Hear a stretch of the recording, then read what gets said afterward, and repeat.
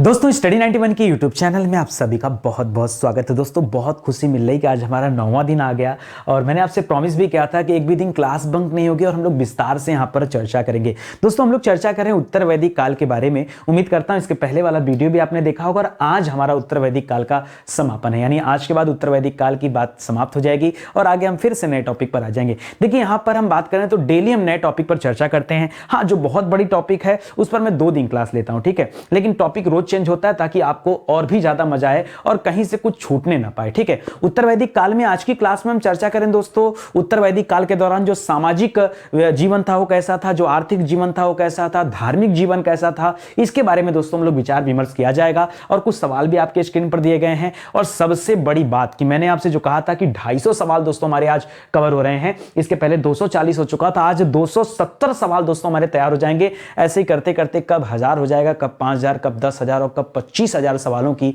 श्रृंखला आपकी तैयार हो जाएगी, आपको पता भी नहीं चलेगा, ठीक है। चलिए आज क्लास में चर्चा करते हैं। आज हमारा 9वां दिन है दोस्तों। जिन लोगों ने पीछे का वीडियो नहीं देखा है जाकर देख लीजिए, वरना बहुत पछताएंगे। सच बता रहा हूं, बहुत पछताएंगे। जाके देख लीजिए वीडियो, इससे बेहतर क्लास आपको मिलने वाली नहीं है। स्टडी 91 के प्लेटफॉर्म पर दोस्तों अलग अलग फाउंडेशन बैच भी बन रहे हैं। बच्चों को कई बार चाहिए होता है सर शुरुआत कहां से करें, किसकी क्लास करें कि हमें सब कुछ पता चल जाए, अच्छे से याद हो जाए, हम गवर्नमेंट एग्जाम की अच्छी तैयारी कर पाएं। तो याद रखिएगा उसके लिए स्टडी 91 पर आइए। ये सीरीज देखने के बाद आपको बिलीव तो हो गया होगा ना कि हाँ सर यहां आने के बाद हम सब कुछ सीख सकते हैं। तो आइए हमारा फाउंडेशन बैच ज्वाइन करिए। ये हमारा हेल्पलाइन नंबर है, इस पर कॉल करके संपर्क कर सकते हैं। अब तो किताबें भी आ गई, सैंपल के तौर पर दिखा रहा हूं दोस्तों, किताबें भी आ गई हैं, तो किताब के साथ तैयारी करने का मजा तो और दोगुना हो जाएगा। चलिए शुरुआत करते हैं दोस्तों सवालों की और देखते हैं कि क्या सवाल आज हमें नए मिलते हैं, ठीक है। पहला सवाल लिखा दोस्तों, शिवलिंग उपासना का प्रारंभिक पुरातात्विक साक्ष्य कहां से मिलता है। दोस्तों शिवलिंग उपासना का साक्ष्य में कहां मिलता है? अरे सर 1 मिनट रुकिए ना, मैं आपको बताऊं। आपने सर बताया था कालीबंगा पहला स्थान था सर, कालीबंगा, जहां से शिवलिंग उपासना का साक्ष्य मिला था। कहां से मिला था दोस्तों? कालीबंगन से मिला था। कालीबंगन से मिला था। कालीबंगन याद रखेगा घग्गर नदी के किनारे स्थित है, घग्गर नदी के तट पर स्थित था। और एक कालीबंगन था कहां? तो याद रखेगा राजस्थान में था। कहां पर था? ये राजस्थान में सर स्थित था। यहां से शिवलिंग उपासना का प्रमाण मिलता है। सीधे सीधे कहा जाए तो पुरातात्विक साक्ष्य दोस्तों कहां से मिलता है? ये सिंधु घाटी सभ्यता में ही, सिंधु घाटी सभ्यता की अगर हम बात करते हैं तो सिंधु घाटी सभ्यता के दौरान हमें पशुपति की मूर्ति भी प्राप्त हुई है और शिवलिंग उपासना के साक्ष्य भी मिले हैं, ठीक है। तो इसे आप याद रखेगा, ये सबसे पुराना साक्ष्य। उसके बाद दोस्तों वैदिक काल की बात करेंगे तो वैदिक काल में तो वेद लिखे गए और जो है उपवेद लिखे गए, ब्राह्मण ग्रंथ लिखे गए, तो यहां तो बहुत चर्चाएं हैं, ठीक है। पुराण आ जाएंगे तो इसमें तो और भी ज्यादा चर्चा मिलेगा। आगे देखिए लिख रहा लिंग पूजा का पहला स्पष्ट वर्णन कहां से मिलता है, ठीक है। पहला स्पष्ट वर्णन दोस्तों कहां से मिलता है? लिख रहा लिंग पूजा का। लिंग पूजा का तात्पर्य दोस्तों शिवलिंग से है। तो याद रखेगा इसके बारे में जो पहला स्पष्ट वर्णन मिला है दोस्तों, यह मिला मत्स्य पुराण से। कहां से मिला है? याद रखेगा पुराणों की संख्या कितनी दोस्तों? वैसे तो कुल 18 पुराण हैं, ठीक है। वैसे याद रखेगा यहां पर मत्स्य पुराण जो दोस्तों, इस मत्स्य पुराण में पहला स्पष्ट साक्ष्य देखने को मिलता है, पहला स्पष्ट वर्णन मिलता है लिंग पूजा का। अन्यथा अगर हम पहले की बात करेंगे तो सिंधु घाटी सभ्यता के दौरान भी हमें इन चीजों के बारे में पता चला है। लिख रहा ऋग्वैदिक कालीन रुद्र, रुद्र किसे, रुद्र देवता के रूप में दोस्तों कौन जाने जाते थे? याद रखेगा शिव को जाना जाता है। लिख रहा रुद्र जो पशुओं के देवता थे। वैसे पशुओं के देवता को ऋग्वैदिक काल में दोस्तों हम पूषण कहते थे। क्या कहते थे दोस्तों? पूषण कहते थे। अगर आपको याद हो तो लिख रहा है कि ये किस काल के शिव के रूप में दोस्तों वर्णित किए गए हैं। तो याद रखेगा ये उस समय के जो रुद्र या पूषण थे उन्हीं को वैदिक, उत्तर वैदिक काल में दोस्तों शिव का दर्जा दे दिया गया। किसे दर्जा दे दिया गया है? उत्तर वैदिक काल में दोस्तों इन्हीं को हम शिव का दर्जा दे दिए हैं। तो इन्हें भी आप याद रखेगा, ठीक है। तो पूषण या रुद्र को ही हम शिव मान लिए हैं, ठीक है। ऋग्वैदिक काल के दौरान जो पूषण थे, जो पशुओं के देवता थे, ठीक है, उनको हमने क्या मान लिया दोस्तों? शिव मान लिया है। यह भी आप याद रखिएगा, ठीक है। आगे लिख रहा दोस्तों उत्तर वैदिक कालीन 14 प्रकार के पुरोहित के प्रधान को क्या कहा जाता था? पुरोहित वैसे किसे कहा जाता था दोस्तों? तो याद रखेगा जो धर्म का कार्य करता था, धर्म का कार्य जो करता था, ठीक है। धर्म का कार्य यानी सीधे सीधे बोलो ना, पूजा पाठ करने का कार्य किसका था? पूजा पाठ करने का जो कार्य था वो पुरोहित का था। पिछली क्लास में दोस्तों हम लोगों ने चर्चा भी किया था कि धर्म संबंधी कार्य करने वाले को क्या कहते थे? पुरोहित कहते थे। अब आपसे पूछा कि उत्तर वैदिक काल में 14 प्रकार के पुरोहित के प्रधान को दोस्तों क्या कहा जाता था? तो यहां पर दोस्तों उन्हें कहा जाता था ऋत्विज। क्या कहते थे दोस्तों? याद रखिएगा, उन्हें कहा जाता था ऋत्विज कहा जाता था। क्या कहते थे दोस्तों? ऋत्विज कहते थे। ये आप ध्यान दीजिएगा, ठीक है। ये बहुत अच्छा सवाल है। आगे देखिए, एक सवाल और दे रहा कि उत्तर वैदिक काल में पूषण किसके देवता थे? पूषण दोस्तों, ये तो हम लोग पहले भी पढ़ चुके हैं। पूषण दोस्तों पशुओं के देवता थे। पूषण किसके देवता थे दोस्तों? ये पशुओं के देवता थे दोस्तों। इनके बारे में तो हम लोग पढ़ चुके हैं, है कि नहीं? अगर आपको याद हो तो अच्छी बात है, नहीं याद है तो कोई बात नहीं, ठीक है। वही दोस्तों, अच्छा सॉरी, ये देखिए पशुओं के देवता दोस्तों ऋग्वैदिक काल में थे। ऋग्वैदिक काल में पूषण जो थे ये पशुओं के देवता थे। एक मिनट इसको हटाइए, थोड़ा सा सीक्वेंस इसका गड़बड़ हो गया, ठीक है। पहले हमको एक सेकंड, ठीक है। हाँ आइए, हाँ सही है, ठीक है। अगर हम दोस्तों यहां पूषण की बात करें तो ऋग्वैदिक काल में पूषण को क्या कहा जाता था दोस्तों? पूषण को हम पशुओं का देवता कहते थे। क्या कहते थे? पशुओं का देवता कहते थे। लेकिन यहां सवाल चेंज है। सवाल ये कह रहा है भैया उत्तर वैदिक काल में पूषण किसे कहा जाता था? तो दोनों काल में अलग अलग बातें हैं। ऋग्वैदिक काल की बात करेंगे तब वो पशुओं के देवता कहे जाते थे। आगे चल के पूषण को शूद्रों का देवता कहा गया। किसे क्या कहा गया दोस्तों? याद रखेगा, शूद्रों का देवता कहा गया पूषण को। किसे कहा गया दोस्तों? पूषण को शूद्रों का देवता कहा गया। और आपने भी देखा कि पूषण को भगवान शिव कहा गया, रुद्र भी कहा गया, ठीक है। तो इसे भी आप याद रखेगा। चलिए आगे देखिए, बहुत इंपॉर्टेंट है। इस तरह के सवाल ऐसे होते हैं ना, अगर आप समझेंगे नहीं तो कंफ्यूजन में गलत जवाब दे देंगे। परीक्षा में मान लीजिए आया और दे दिया आपके सामने कि उत्तर वैदिक काल में पूषण दोस्तों किसे कहा जाता था, तो आपके सामने दोनों ऑप्शन दे दिया कि बताइए पशुओं के देवता को कहा जाता था या शूद्रों के देवता को। तो जो कम जानकार होंगे ना वो कहेंगे पशुओं के देवता को कहा जाता है। वो इस बात पर फोकस नहीं करेंगे कि यहां उत्तर वैदिक काल लिखा है। उनके दिमाग में भी ऋग्वैदिक काल की चीजें उन्होंने रट लिया, तो समझने का प्रयास नहीं किया। यही होता है कंपैरिजन करके पढ़ना। टीचर का काम होता है, अध्यापक का काम होता है कि बच्चे कहां गलती करेंगे उनको समझाना, उनको इंडिकेट करना कि भैया देखो यहां तो गलती मत करना, यही गलती होती है आपसे। ये समझाना हमारा कार्य है, इसलिए मैं आपको समझा रहा हूं। समझना आपका कार्य, आप समझ जाइए, गलती मत कीजिएगा। ऋग्वैदिक काल पूछेगा तो पशुओं का देवता बताएगा, उत्तर वैदिक काल पूछेगा तो शूद्रों का देवता बताएगा। बस साफ सुथरी बात करिए, ज्यादा कंफ्यूजन नहीं, ठीक है। आगे बढ़िए, लिख रहा किस संस्कृति में अश्वमेघ यज्ञ, जी हां दोस्तों, अश्वमेघ यज्ञ में अश्व की तथा पुरुष मेघ यज्ञ में पुरुष की बलि का विधान था। गजब की बात थी भाई। अश्वमेघ यज्ञ जब होता था तो घोड़े की बलि दी जाती थी। आपने कहीं सुना सर घोड़े की बलि तो ठीक है सर, मनुष्यों की भी बलि होती थी, नर बलि प्रथा, नर बलि, मनुष्यों की भी बलि दी जाती थी जब पुरुष मेघ यज्ञ किया जाता था। सर ये तो हमने कभी नहीं सुना। और ये किस काल की बात कर रहे हैं दोस्तों? ये उत्तर वैदिक संस्कृति जो थी दोस्तों, उत्तर वैदिक संस्कृति जो थी, उस उत्तर वैदिक संस्कृति में याद रखिएगा ये चीजें देखने को मिलती हैं। उत्तर वैदिक संस्कृति में ये चीजें देखने को मिलती हैं कि अश्वमेघ यज्ञ जब होता था तो एक घोड़े की बलि दी जाती थी, पुरुष मेघ यज्ञ जब होता था तो पुरुषों की बलि दी जाती थी। सर इतना अच्छा फैक्ट आप कहां से ढूंढ के लाते हो? बस पढ़ लो, ज्यादा रिसर्च करने की जरूरत नहीं है। रिसर्च करने का काम हमारा है, आपका काम खाली पढ़ना है। आप मन लगा के पढ़ो, खुशी खुशी पढ़ो, ठीक है। उत्तर वैदिक काल में मोक्ष प्राप्ति के लिए, किसके लिए दोस्तों? मोक्ष प्राप्ति के लिए किसे आवश्यक माना जाने लगा? किसमें दोस्तों? उत्तर वैदिक काल में मोक्ष प्राप्ति के लिए किसे आवश्यक माना जाने लगा, ये आपसे पूछ रहा है। तो मोक्ष प्राप्ति के लिए दोस्तों सन्यास को आवश्यक माना जाने लगा था। क्या? कि जब आप सन्यास लेंगे ना तभी आपको मोक्ष मिलेगा। और इसीलिए तो दोस्तों 4 तरह की चीजें भी हमें देखने को मिलती है, ठीक है।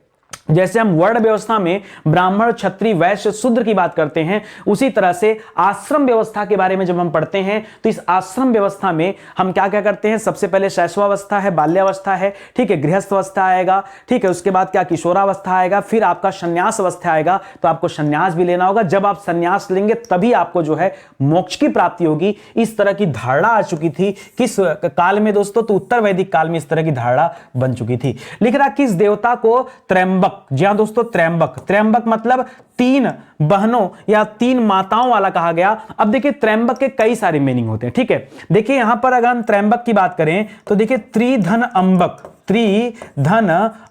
ठीक है, अंबक। त्रि का मतलब तो 3 होता है तो कंफर्म है, और अंबक के 2 मायने होते हैं। एक अंबक दोस्तों माता को भी कहा जाता है, अंब माने माता, और अंब माने दोस्तों आंख भी होता है। तो याद रखेगा 3 माताओं वाला वो भी त्र्यंबक कहलाता है, और 3 नेत्रों वाला, 3 आंखों वाला अर्थात भगवान शिव वो भी त्र्यंबक कहे जाते हैं। ओम त्र्यंबकम यजामहे, है कि नहीं, सुगंधिम पुष्टिवर्धनम उर्वारुकमिव वंदनात् मृत्योर्मुक्षीय मामृतात्। तो याद रखिए ये त्र्यंबक मतलब क्या होता है, 3 अंबक, 3 माताओं वाला या फिर 3 नेत्रों वाला, दोनों चीज याद रखेगा। लिख रहा किस देवता को त्र्यंबक कहा जाता था। यार सिंपल सी बात है, पीछे हमने शिव की बात किया, पीछे हमने रुद्र की बात किया, शिव की बात किया, पशुपति की बात किया, सब एक ही बात है, याद रखेगा। ठीक है, ये आपके लिए इंपॉर्टेंट सवाल है। ठीक है, आगे देखिए, लिख रहा उत्तर वैदिक काल में कितने प्रकार के विवाहों का उल्लेख है। हाँ सर, यही तो हमको पढ़ने का मन कर रहा था, कब शादी ब्याह की बात आएगी, कब बॉयफ्रेंड गर्लफ्रेंड की बात आएगी। ठीक है, आइए मैं आज शादी विवाह के ऐसे ऐसे चर्चे करूंगा कि आपके होश उड़ जाएंगे। दोस्तों अगर हम बात करें उत्तर वैदिक काल में कितने प्रकार के विवाह थे, तो कुल 8 प्रकार के विवाह देखने को मिलते हैं। ठीक है, जिसमें से 4 सही टाइप के विवाह हैं, 4 जो है ये दोस्तों सही वाले हैं, और 4 दोस्तों एक गलत टाइप के विवाह है। ठीक है, 4 सही टाइप और 4 गलत टाइप के विवाह हैं। इन्हीं दोनों को लेकर के संख्या कितनी हो जाती, 8 हो जाती। सर ये सही गलत आपने कैसे निर्धारित कर दिया, आइए देखते हैं। ठीक है, आइए देखते हैं। जो सही विवाह होते थे इन्हें देव विवाह कहा जाता था। क्या कहते थे, देव विवाह, सुर विवाह। ठीक है, देव विवाह कहा जाता था। और जो गलत तरीके से विवाह किए जाते थे उन्हें असुर विवाह कहा जाता था। सच में सर, मजाक वाली बात है, सच वाली बात है, आपको पता चलेगा आज की क्लास में। आइए क्वेश्चन करते हैं। ठीक है, लिख रहा है माता पिता द्वारा, ध्यान समझिएगा, माता पिता द्वारा वर चुनकर समान वर्ग में, हम गुप्ता है तो अपनी शादी गुप्ता में करेंगे, हम तिवारी जो तो अपनी शादी कहां करेंगे, पंडितों में करेंगे। ठीक है, ये भी हम ध्यान रखेंगे। हम भूमिहार है तो अपनी शादी भूमिहार में करेंगे, हम ठाकुर है तो अपनी शादी ठाकुर में करेंगे। यही था वर्ग। जी हाँ दोस्तों, वर्ग। आज ऐसा होता है ना कि माता पिता द्वारा वर चुनकर यानी वर वधु 2 चीजें होती, वर अर्थात दूल्हा, वधु मतलब दुल्हन। ठीक है, तो याद रखेगा वर अर्थात लड़का चुन करके समान वर्ग में वयस्क कन्या से, जो उस समय का रूल था वयस्क कन्या का, उससे विवाह किया जाता था। तो दोस्तों ये तो बड़ा अच्छा विवाह है, अरेंज मैरिज टाइप का है। ये क्या है, ये अरेंज मैरिज है। इसे हम ब्रह्म विवाह कहते थे। क्या कहते थे दोस्तों, इसे हम ब्रह्म विवाह कहते थे, यानी बेहतरीन टाइप का अरेंज मैरिज। जी हाँ दोस्तों, अरेंज मैरिज की आप बात करेंगे, अरेंज मैरिज की बात करेंगे। ठीक है, अरेंज मैरिज की बात करेंगे तो याद रखेगा ये क्या कहलाता था दोस्तों, ये ब्रह्म विवाह कहलाता था। ठीक है, ब्रह्म विवाह कहलाता था। चलिए आगे देखिए, लिख रहा है यज्ञ कर्म करने वाले ब्राह्मण को आभूषणों से सुसज्जित करना, कन्या देना, सुसज्जित करना, कन्या देना, यह विवाह का कौन सा प्रकार था। तो यज्ञ कर्म करने वाले ब्राह्मणों को आभूषण दिया जाता था, उसी से अपनी कन्या का विवाह कर दिया जाता था। किससे, जो यज्ञ करते थे उनसे। अब देखिए, आपने कई बार सुना होगा, कई बार ऐसा कहा जाता है कि यार बड़े बड़े जो ऋषि महर्षि होते थे, क्या इनका विवाह नहीं होता था। 2 टाइप के लोग होते हैं, 2 टाइप के ऋषि होते हैं। एक अपना वैवाहिक जीवन स्थापित करके भगवान के लिए नित्य कर्म करते हैं। ठीक है, उन्हें अपने आप को समर्पित कर देते हैं। एक होता है कि बिना किसी बंधन में बंधे पूरा जीवन न्यौछावर कर देते हैं। 2 टाइप के लोग होते हैं, दोनों में कोई बहुत विशेष अंतर नहीं। ठीक है, तो याद रखेगा जब ब्राह्मणों के साथ जो यज्ञ कार्य करते हैं, जब उन्हीं के साथ विवाह हो जाता था, इसे देव विवाह कहा जाता था। क्या कहा जाता था, इसे देव विवाह कहा जाता था। ठीक है, बहुत अच्छा, ये अच्छे टाइप में आते हैं दोस्तों। लिख रहा है किस प्रकार के विवाह में कन्या का पिता वर को सादर आमंत्रित कर विधि विधान के साथ अपनी कन्या का दान करता था, बाकायदे बुलाता था, बारात आती थी। ठीक है, और उसके बाद अपनी कन्या का विदा करता था। उसे क्या कहा जाता था, उसे प्रजापत्य विवाह कहा जाता था। क्या कहते थे, उसे प्रजापत्य विवाह के नाम से जानते थे। क्या कहते थे दोस्तों, इसे प्रजापत्य विवाह कहते थे कि भाई जो कन्या का पिता होता था वो आमंत्रित करता था, आइए आप ढोल मजीरों के साथ, गाजे बाजे के साथ आइए और हमारी बिटिया को लेकर जाइए, उसका हम विदा करेंगे। ये प्रजापत्य विवाह, ये अच्छे विवाहों में दोस्तों इन सब की गिनती की जाती है। अब कुछ और विवाह के बारे में चर्चा करेंगे जो और देखेंगे आप। ठीक है, लिख रहा है दोस्तों किस प्रकार के विवाह में कन्या का पिता धर्म कार्य के निमित्त वर से गाय बैल की एक जोड़ी लेता था। ठीक है, देखिए धर्म कार्य के हेतु, निमित्त मतलब होता है हेतु, हेतु यानी कारण। ठीक है, तो जो वर होता था, जैसे आज दहेज देने की प्रथा है। ठीक है, उस जमाने में इस तरह का दहेज नहीं होता था। उस जमाने में कन्या का पिता अपनी कन्या देता था, उसके एवज में जो वर होता था दोस्तों, वो उन्हें गाय बैल की एक जोड़ी देता था। ठीक है, एक जोड़ी मतलब जब दो हो जाती संख्या तब उन्हें जोड़ी कहा जाता। तो वो दोस्तों लेकर आता था और वो देता था और बदले में कन्या लेकर जाता था। इसी को हम कहते थे दोस्तों आर्ष विवाह। क्या कहते थे? आर्ष विवाह। ये दोस्तों कुल 4 जो प्रकार है ना, ये 4 सबसे बेहतरीन विवाह के कॉन्सेप्ट है। सबसे अच्छे विवाह में दोस्तों इनकी गिनती की जाती थी। अन्य जो 4 विवाह के प्रकार हैं वो थोड़ा सा गलत टाइप वाले। अब देखिए लिख रहा प्रेम संबंध के आधार पर। किसके आधार पर? प्रेम संबंध के आधार पर। सर यही तो सुनने को मन कर रहा था, सीधे सीधे बात करिए ना, लव मैरिज की बात कर रहा है। ठीक है, लव मैरिज की बात कर रहा है। लिख रहा है प्रेम संबंध के आधार पर विवाह करना है। किस प्रकार का विवाह होता था दोस्तों? इसे गंधर्व विवाह कहते थे। क्या कहते थे?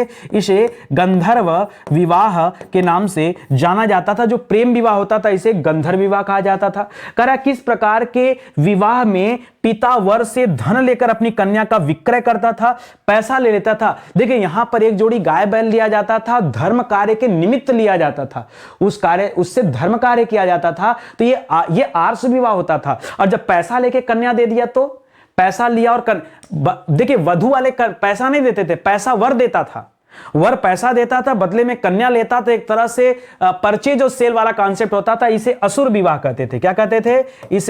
इसे असुर विवाह कहा जाता था। क्या कहा जाता दोस्तों? इसे असुर विवाह कहा जाता है। ये आप याद रखेंगे। ठीक है, ये सब दोस्तों 4 जो अन्य वैरायटी विवाह के, ये उनके बारे में हम चर्चा कर रहे हैं। लेकिन थोड़ी सी और हम बात कर लें दोस्तों, स्टडी 91 की किताबें भी आ चुकी हैं। ठीक है, बेस्ट कंटेंट वाली किताबें हैं। ज्यादा समय नहीं लूंगा, हमारा हेल्पलाइन नंबर है, कॉल कीजिए, संपर्क कीजिए, टॉपिक पर आइए सीधे। ठीक है, क्या लिखा दोस्तों? लिख रहा शक्ति, बल, युद्ध और अपहरण। ठीक है, मान लीजिए किसी को कोई लड़की पसंद आ गई, किसी को कोई कन्या पसंद आ गई, वो एक राज्य का राजा दूसरे राज्य पे हमला बोल दिया, एक कबीला दूसरे कबीले पर हमला बोल दिया, तो शक्ति के बल पर, युद्ध के बल पर, अपहरण के द्वारा जब कन्याओं से विवाह किया जाता था, तब इसे क्या कहते थे? तब याद रखिएगा, ये तो गलत तरीके से हो गया ना। और जब ऐसा होता था तब इसे हम कहते थे, क्या कहते थे दोस्तों? इसे हम असुर विवाह कहते थे। क्या कहते थे?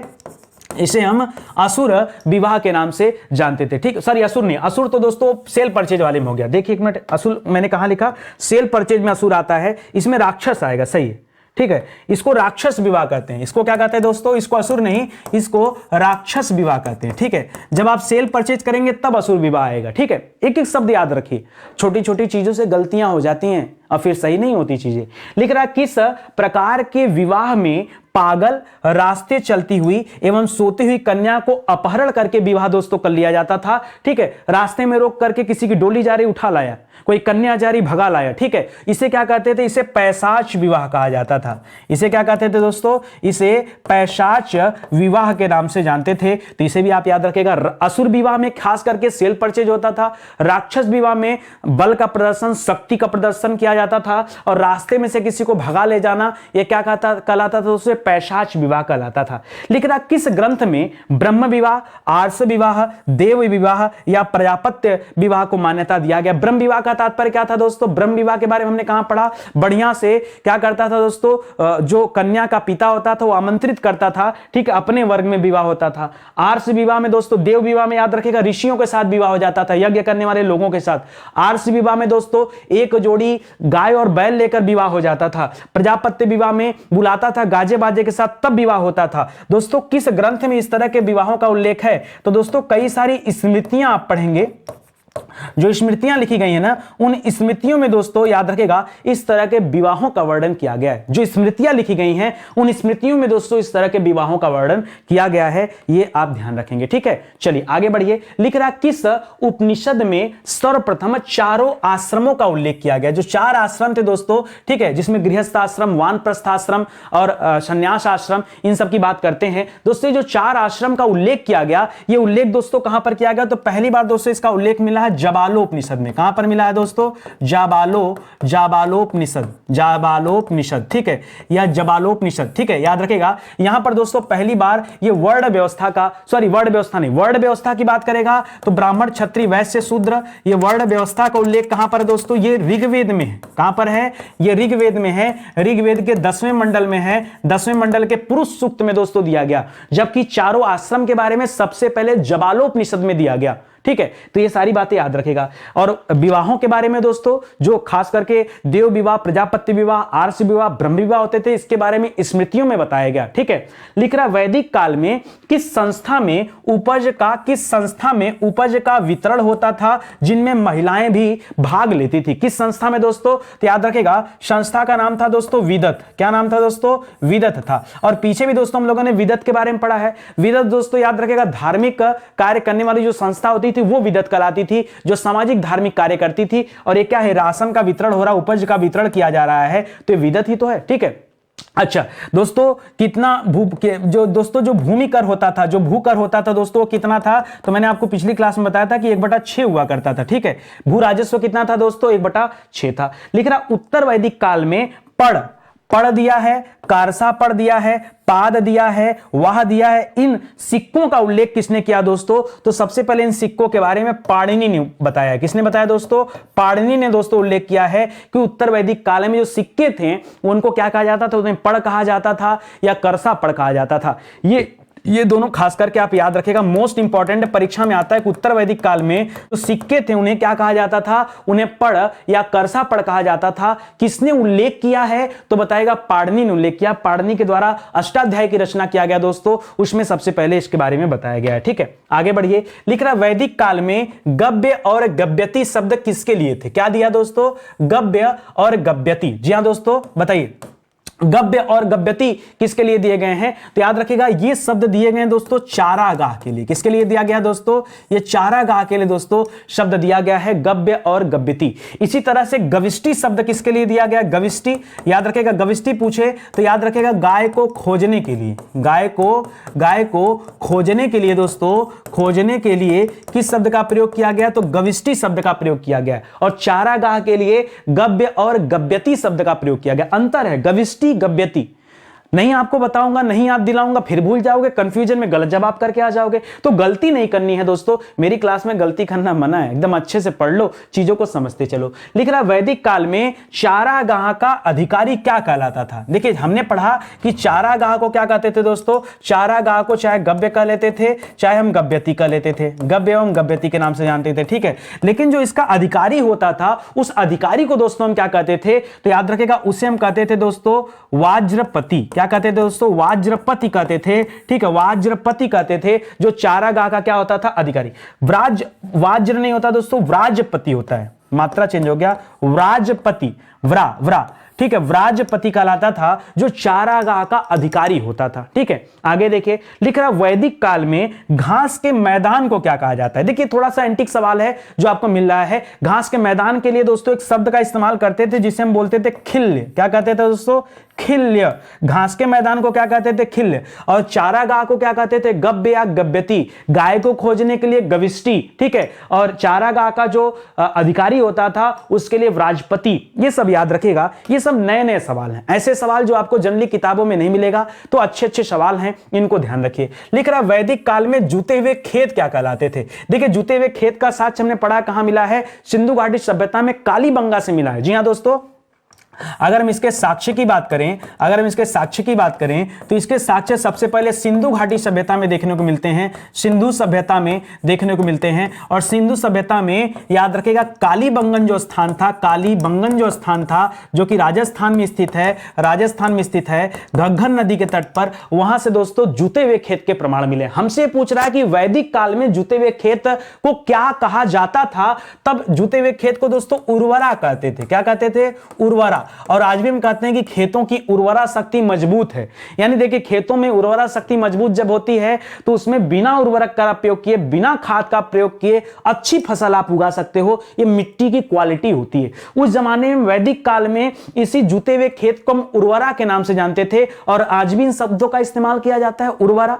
तो आप समझिए आज हम जो उर्वरा बोलते हैं, उर्वरा आज का शब्द नहीं है, आज से 3000 साल पहले इस उर्वरा शब्द का इस्तेमाल किया जाता था। जूते हुए खेतों के लिए दोस्तों इसका इस्तेमाल करते थे।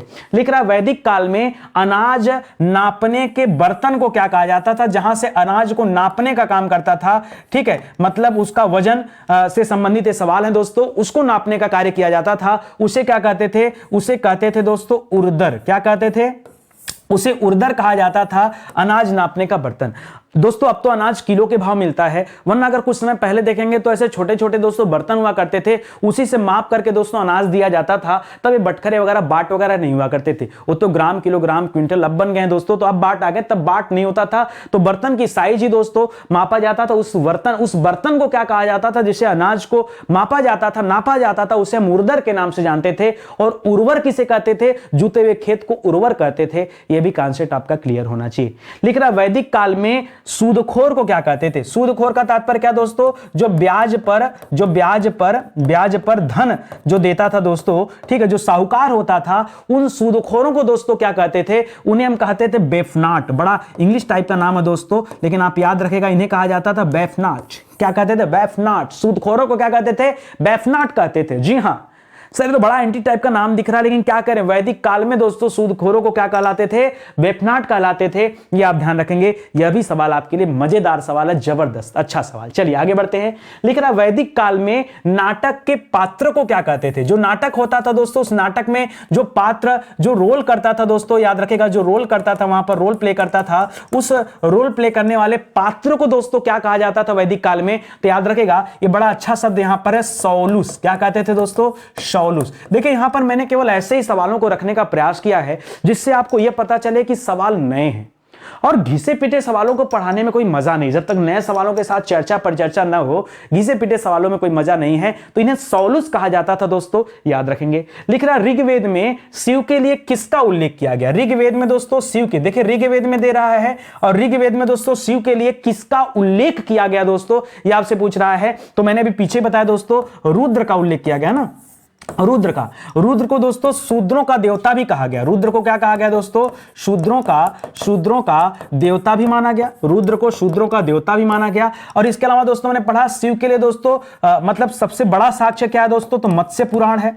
मत्स्य पुराण है दोस्तों, जहां पर लिखित साक्ष्य मिलता है। वरना शिव के बारे में याद रखेगा, रुद्र शब्द का प्रयोग किया गया, जो ऋग्वेद में भी किया गया है, ठीक है। लिख रहा किस वेद में शिव को भव, ठीक है, भव, शर्व या पशुपति या भूपति कहा गया दोस्तों। किस वेद में शिव को ये अलग अलग नाम दिए गए हैं। तो आगे आप जो चौथा वेद पढ़ते हैं दोस्तों, अथर्ववेद।